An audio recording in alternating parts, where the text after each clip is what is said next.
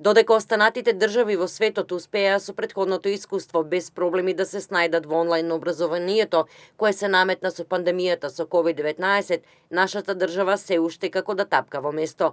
Последното тромесечие од учебната 2019-2020 година помина експериментално, со значителни измачувања како за учениците, така и за наставниот кадар. Како ќе се продолжи понатаму се уште е неизвестно, остануваат само претпоставките за некои конкретни сознанија од страна на ресорните министерства за здравство и образование, но и од Комисијата за здравство која ги одредува препораките. Според доцент доктор Кирил Барбареев, кој за изминатиот период истакна дека има скромен концепт на онлайн настава кај нас и тоа не е последица само на изминатите месеци, туку на изминатите 15 на години, во кои системот се нема подготвувано за прилагодување кон времето и просторот во кој екзистира и функционира. Последиците од тоа во секој сегмент најмногу се чувствуваат во развојот на личноста на ученикот, истакнува доцент доктор Барбареев.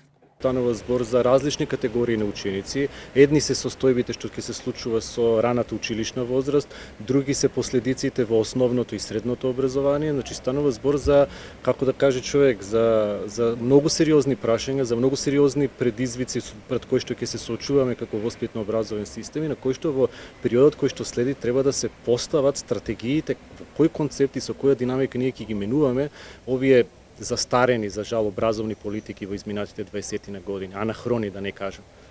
Она што е очекувано да следува се вистински научни истражувања, и тоа преку мултидисциплинарни научни тимови составени од педиатри, психолози, педагози, социолози, кои ќе ги кажат заклучоците од она што се случуваше, и тоа од страна на појаките и помокните системи.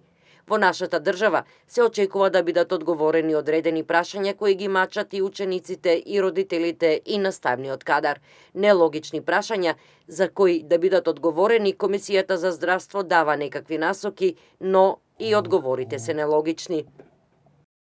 Не може некој да тргне на училиште заради одредени проблеми, заради епидемиолошката слика, тогаш се поставува прашањето кој што си го поставува секој родител, си го поставувам и јас, како може истите млади навечер да се собираат и да се групираат, а утредента да не може да влезат во една институција која што се трудела да ги обезбеди епидемиолошките заштитни мерки и сите протоколи. Според Барбареев, ресорното министерство требало побрзо да реагира, за самото да не се доведе до ситуации во кои сите последици на крај ги чувствуваат и родителите, и училиштата, и наставниците. Тој очекува дека во следните 20 на дена ќе има поавторитетни одлуки кои ќе бидат со сериозна оправданост. Барбареев истакнува дека за успешен онлайн образовен систем во иднина потребно е за сите одлуки кои ќе бидат донесени од Комисијата за здравство во интерес на здравјето на учениците и на граѓаните да се најде и формат според кој би се прилагодили и педагозите. Дали тоа значи дека на 10 квадратни метри треба да има двајца или тројца? Ние како образовен систем треба да кажеме дали можеме да се прилагодиме и каков квалитет на воспитно образовен процес можеме да реализираме во околностите во кои што ќе ни го кажат луѓето кои што во овој момент ги имат најважните информации и колку е ова сериозно и штетно на некој начин по здравјето на граѓаните. Заради тоа мислам дека клучното прашање дали треба во училиште да се оди треба да го даде одговор од Комисијата за здравство, а ние како педагози, како наставници, како систем треба да одговориме како ќе го направиме во рамките на можностите кои што ќе ни бидат дадени да понудиме некаков пристоен квалитет и да излеземе барем помалку оштетени од овие последици кои што се случуваат веќе предолг временски период.